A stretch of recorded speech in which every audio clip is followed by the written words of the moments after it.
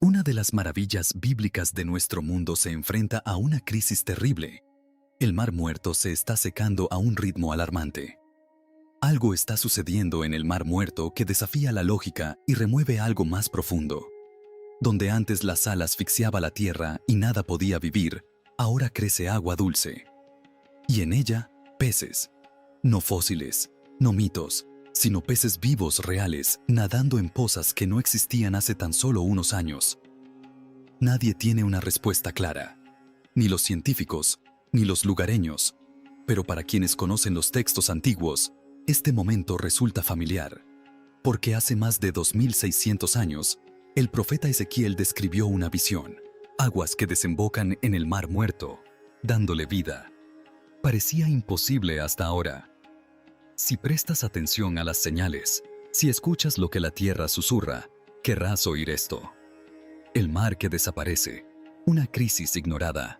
En el valle donde reposa el Mar Muerto, reina una extraña quietud, un silencio que antes no existía.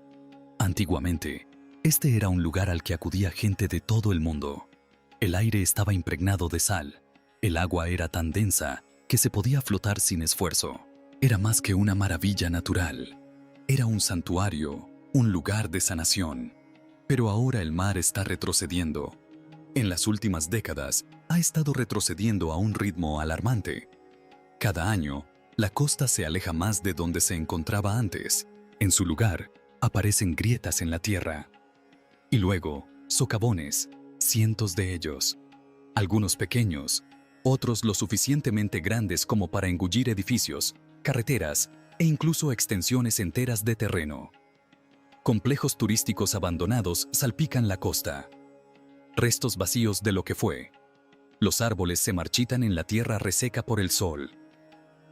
Señales de advertencia de peligro se alzan donde antes los turistas reían y flotaban plácidamente sobre las olas saladas.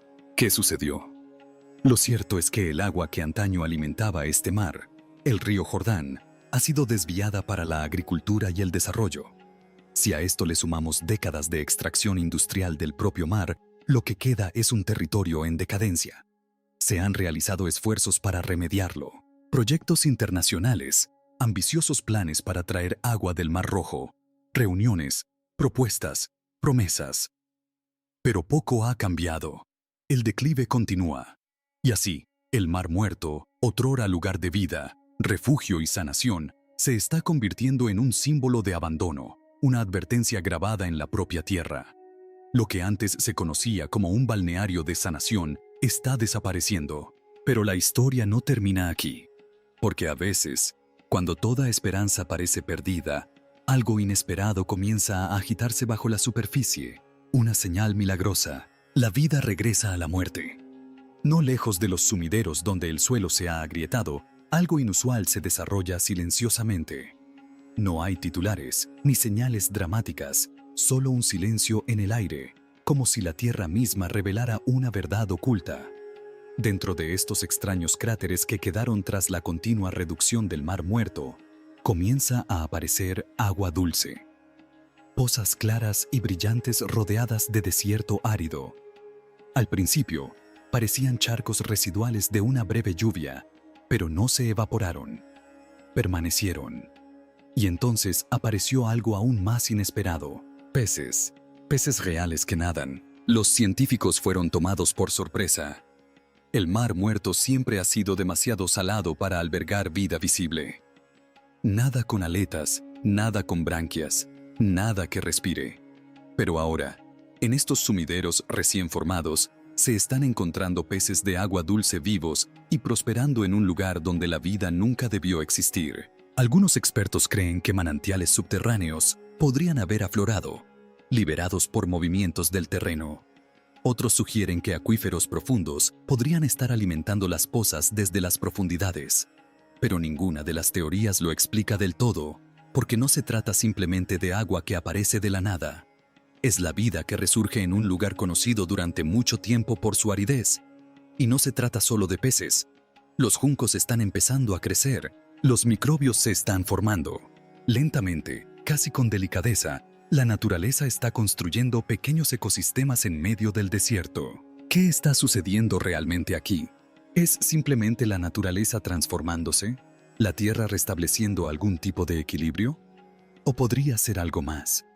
En un mundo lleno de ruido e incertidumbre, solemos esperar que los milagros sean llamativos e imposibles de ignorar, pero quizás las señales más poderosas se manifiestan en silencio, en lugares olvidados, entre las ruinas.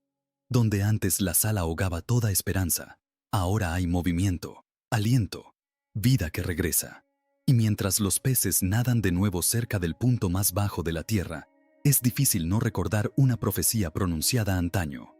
Una visión que muchos creían meramente simbólica hasta ahora. La visión de Ezequiel. Aguas que sanan. Mucho antes de que los científicos cartografiaran la Tierra, mucho antes de que los ingenieros soñaran con canales o los ecologistas dieran la voz de alarma, un hombre permanecía en el exilio contemplando un río que aún no existía. Su nombre era Ezequiel, y en el capítulo 47 del rollo que lleva su nombre, describió una visión que ha resonado durante siglos. Vio agua fluyendo desde el umbral de un templo hacia el este, a través del valle del desierto. A medida que el agua fluía, se volvía más profunda, más fuerte y más vibrante hasta desembocar en el mar de sal. El mar que hoy llamamos el mar de los muertos. Y en su visión sucedió algo increíble. Las aguas del mar muerto fueron sanadas. La vida comenzó a florecer. Los peces poblaron las aguas antes muertas. Los árboles brotaron a lo largo de las orillas. El mar, que hasta entonces solo había silencio, comenzó a rebosar de vida. Escribió: estas aguas descienden al Araba y desembocan en el mar. Al desembocar en el mar, el agua se vuelve dulce. Donde quiera que fluya el río, todo tendrá vida. Ezequiel 47, 8-9. Durante miles de años, los lectores han interpretado esta profecía como espiritual, una hermosa metáfora del poder sanador de Dios, un símbolo de redención, de un mundo futuro restaurado. Pero ahora nos encontramos aquí, observando con los ojos bien abiertos cómo aparecen peces en charcas cerca del Mar Muerto. Observar cómo las plantas brotan de la sal, cómo el agua dulce se abre paso entre la piedra y la arena. ¿Y si esto no es mera coincidencia? ¿Y si Ezequiel no solo hablaba en símbolos, sino que vislumbraba algo real, algo que no corresponde a su mundo, sino al nuestro? Es una revelación silenciosa, pero poderosa. Que tal vez las antiguas palabras no estén tan lejos de nosotros. Que tal vez lo que una vez fue una visión, ahora se está haciendo visible. Y eso abre la puerta a preguntas mucho más profundas que el mar mismo. Las profecías resonaron. Zacarías y las aguas vivas. No fue solo Ezequiel quien vio las aguas. Siglos después, otro profeta, a la sombra de los exiliados que regresaban y las ruinas de Jerusalén, habló de ríos que fluían en un lugar donde nunca antes habían fluido. Su nombre era Zacarías. En el capítulo 14 de su profecía, describe un día en que brotarán aguas vivas de Jerusalén, la mitad hacia el mar oriental y la otra mitad hacia el mar occidental. En verano e invierno no cesarán. En aquel día, el Señor reinará sobre toda la tierra. En aquel día, brotarán aguas vivas de Jerusalén, la mitad hacia el este, al Mar Muerto, y la otra mitad hacia el oeste, al Mar Mediterráneo. El Señor reinará sobre toda la tierra. Zacarías 14, 8-9. Una vez más, vemos una imagen profética de transformación. En las Escrituras, el agua nunca es simplemente agua. Es señal de renovación, de purificación, de presencia divina. Es sanación hecha visible. En las tierras áridas de Oriente Medio, el agua significaba vida, y aún lo significa. Un manantial podía marcar la diferencia entre un pueblo próspero y una ruina olvidada. Así que, cuando los profetas hablaban del agua que brotaba de la ciudad santa, no solo describían un cambio físico, señalaban algo más profundo, la presencia de Dios que regresa a un mundo fracturado. La visión de Zacarías es radical, agua viva fluyendo de este a oeste, llegando tanto al Mar Muerto como al Mediterráneo. No es un arroyo estacional, sino constante, perpetuo. Sugiere un nuevo orden, algo nunca antes visto en la naturaleza, y, sin embargo, Aquí estamos presenciando cómo aparece agua dulce en lugares inesperados y señales de vida que regresan a un mar considerado muerto durante mucho tiempo. ¿Será posible que lo que parecía poesía lejana esté ahora llamando a nuestra puerta moderna? Los profetas no solo soñaban, describían un futuro que Dios ya estaba planeando. Y a veces, cuando la historia y la profecía empiezan a coincidir, nos damos cuenta de que lo sagrado no está tan lejos del presente. Se desarrolla silenciosamente en tiempo real. Del Edén al exilio, las raíces bíblicas del Mar Muerto. Mucho antes de que se llamara Mar Muerto, este valle tenía otro nombre, otra imagen. En Génesis 13, 10, leemos que la tierra cerca del Jordán era exuberante, bien regada, como el jardín del Señor, como la tierra de Egipto. Era un lugar de belleza, de abundancia, de promesas. Pero ese paraíso no duró porque enclavadas en esa misma región fértil se encontraban las infames ciudades de Sodoma y Gomorra, ciudades que, según las Escrituras, se habían apartado de la justicia y habían atraído el juicio sobre sí mismas.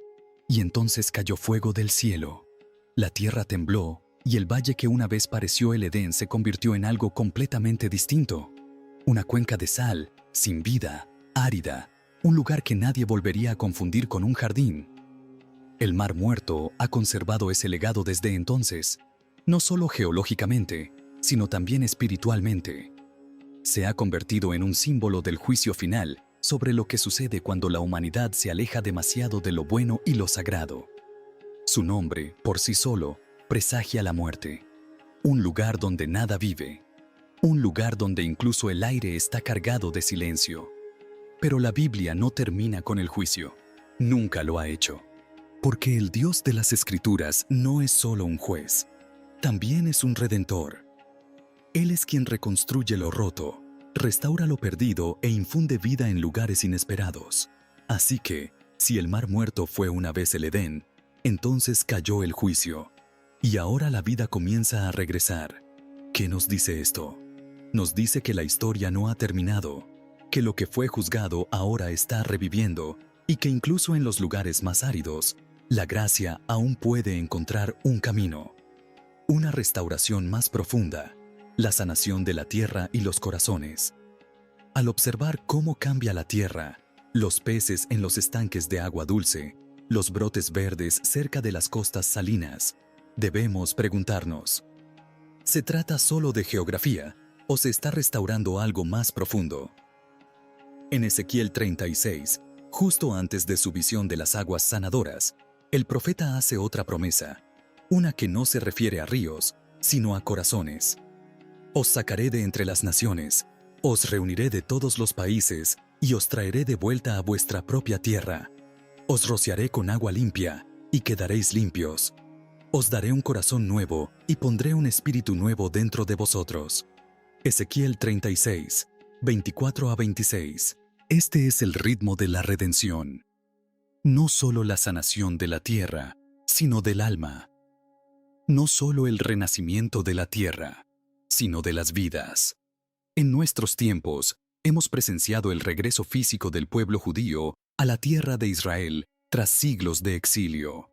Una nación renacida en 1948, ciudades reconstruidas, idioma revivido, la cultura ha resurgido. Y, sin embargo, junto al retorno físico, muchos creen que ahora presenciamos el espiritual. La tierra vuelve a florecer. Profecías sepultadas durante siglos en antiguos pergaminos parecen resurgir como semillas que esperaron siglos para germinar. Y el Mar Muerto, otrora cementerio, comienza a despertar con vida. Esto es más que ecología, más que arqueología. Es restauración en todo el sentido de la palabra, porque el Dios de las Escrituras no solo remienda el pasado, Él lo renueva. Transforma la desolación en asombro. Y siempre comienza desde adentro hacia afuera. Primero la tierra, luego el corazón. Y cuando ambos son restaurados, la historia de la redención se convierte en algo que no solo leemos, sino que vivimos. Profecía cumplida antes. ¿Por qué esta importa? A lo largo de la historia, las palabras de los profetas han resonado con misterio, a veces poéticas, a veces penetrantes, pero de vez en cuando, esas palabras salen a la luz del tiempo registrado y demuestran su veracidad con asombrosa precisión. Tomemos como ejemplo la profecía de Tiro. En Ezequiel, capítulo 26, el profeta predice la destrucción de esta poderosa ciudad fenicia, describiendo no solo su caída, sino también la manera exacta de su ruina. Escribe que muchas naciones atacarán Tiro como las olas del mar, que sus murallas serán derribadas, que quedará arrasada como una roca, e incluso sus piedras, madera y tierra serán arrojadas al mar. Durante siglos, los escépticos la consideraron una exageración, pero entonces la historia se desarrolló. En el 332 a.C., Alejandro Magno marchó hacia la ciudad costera de Tí. Esta había trasladado su principal fortaleza a una isla cercana a la costa, creyéndose segura. Pero Alejandro, decidido e implacable, ordenó a sus hombres construir una calzada hasta la isla. ¿Y qué utilizaron para construirla? Las ruinas de la Tai continental. Piedras, madera y tierra arrojadas al mar, tal como Ezequiel había profetizado más de 250 años antes. Hoy, esa calzada aún existe, conectando lo que una vez fue una fortaleza insular con tierra firme. Un cumplimiento tan preciso, tan improbable, que incluso los historiadores seculares lo han notado. Y esto nos lleva a una pregunta simple pero profunda. Si aquella profecía se cumplió con tanta precisión, ¿por qué no esta? ¿Por qué no la visión del agua fluyendo hacia el mar muerto y trayendo vida? ¿Por qué no la imagen de sanación en un lugar que una vez estuvo marcado por el juicio? El cumplimiento de Ezequiel 26 no fue solo una advertencia. Fue una señal de que estas palabras tienen peso, que la voz profética no es folclore, es la realidad que se desarrolla en el tiempo perfecto de Dios. Así pues, si hemos visto una profecía cumplida con tanta claridad en la piedra y en la historia, podríamos estar presenciando ahora otra, no en la guerra, sino en el agua. Visión final. Dios habita entre su pueblo. Las últimas palabras de la profecía de Ezequiel no terminan con agua ni con sanación. Terminan con su presencia. En el último versículo de su libro, Ezequiel habla de una ciudad, un lugar restaurado, reordenado y renombrado. Y el nombre de esa ciudad, dice, será este: el Señor está allí. Ezequiel 48, 35. No solo un templo, no solo ríos, sino Dios morando entre su pueblo. Es una visión que trasciende los límites de la antigua Jerusalén. Apunta a un futuro donde la presencia de Dios no es distante ni simbólica, sino real, cercana y eterna. Y siglos después, el apóstol Juan tendría su propia visión. En Apocalipsis 22, describe una ciudad radiante. Y del trono de Dios brota un río claro como el cristal, un río de vida que riega el árbol de la vida, cuyas hojas son para la sanación de las naciones. Entonces el ángel me mostró el río del agua de la vida, que brotaba del trono de Dios y del Cordero. Apocalipsis 22, 1. Desde Ezequiel hasta el Apocalipsis, desde el antiguo exilio hasta la esperanza apocalíptica, el hilo conductor permanece ininterrumpido. Desde la sal inerte hasta las aguas vivas, desde el silencio hasta el canto, el plan de Dios se despliega. Y aunque lo que vemos hoy en el Mar Muerto tal vez no sea la culminación definitiva de esas visiones, bien podría ser una señal, un susurro, un suave recordatorio de que la historia aún se está escribiendo. El apóstol Pablo, en Romanos 11, 15, habló del día en que Israel volvería a Dios, cuando su aceptación significaría nada menos que resucitar de entre los muertos. Esa frase se siente ahora más cercana que nunca.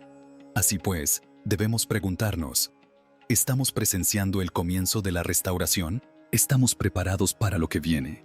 Porque esto ya no es solo una curiosidad geológica. El Mar Muerto ya no es solo una imagen del pasado. Es un atisbo del futuro. Un lugar que antes solo se conocía por el juicio, ahora muestra signos de misericordia. Una región que antes simbolizaba la muerte, ahora rebosa de vida. Así que estemos atentos. Oremos. Busquemos al Señor en estos momentos de transformación, porque a veces las señales no se gritan, sino que se susurran. Y cada gota de agua, cada pequeño pez que nada, cada brote verde que emerge de la sal endurecida es un susurro, una voz suave del cielo. Un recordatorio grabado en la tierra misma de que Jesús pronto vendrá.